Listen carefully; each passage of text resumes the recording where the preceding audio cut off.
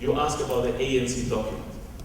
What worries me about the ANC document is this tax issue. The tax issue is not good for mining.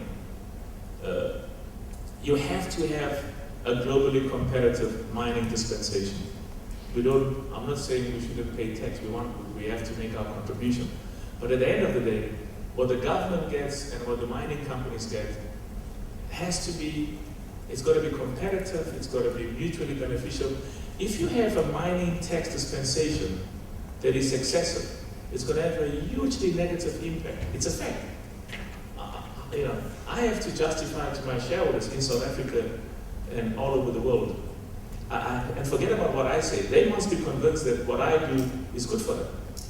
And that's why I have to engage my government, and sometimes not so friendly, and sometimes behind closed doors be excessively more aggressive than I appear in the public domain, and make them understand that if we want to create jobs, have a country that creates hope for all our people, stable democracy, the poor, unemployed, the best partner in the world, it's a fact, is the private sector. We have to encourage the government of Zimbabwe, the mining industry in Zimbabwe, to work together with the private sector, to work together to create an environment that is globally competitive. At the heart of friendship is to be honest and frank and forthright. But we are also careful. We don't want to condemn Zimbabwe, because you have millions of, we've already got millions of Zimbabweans coming to South Africa because there are challenges there. So we want to encourage the Zimbabwean government to do the right things and create jobs in those countries. You will not influence somebody when you condemn them. I think influence them by making them realize that, just like South Africa has no choice, I think Zimbabwe has no choice. The people who decide whether they are going to invest is not the government, it's the private sector.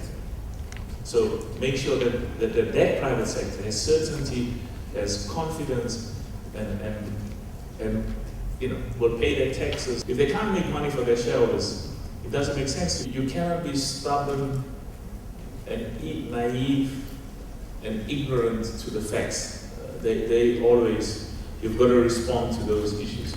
The second issue is, and when I'm talking about the facts, I'm talking about some of the things you're talking about, what's happening in Zimbabwe, the stoppages, and some of the challenges we have in the platinum industry. Those are the facts. But you can't compromise on principle. And the single most important principle is that in the interest of all our people, our country, our businesses, South Africa and Africa has to be an extremely competitive destination for global investment. 80% of the time, the facts on the ground absolutely justify a negative perception. What about Zimbabwe?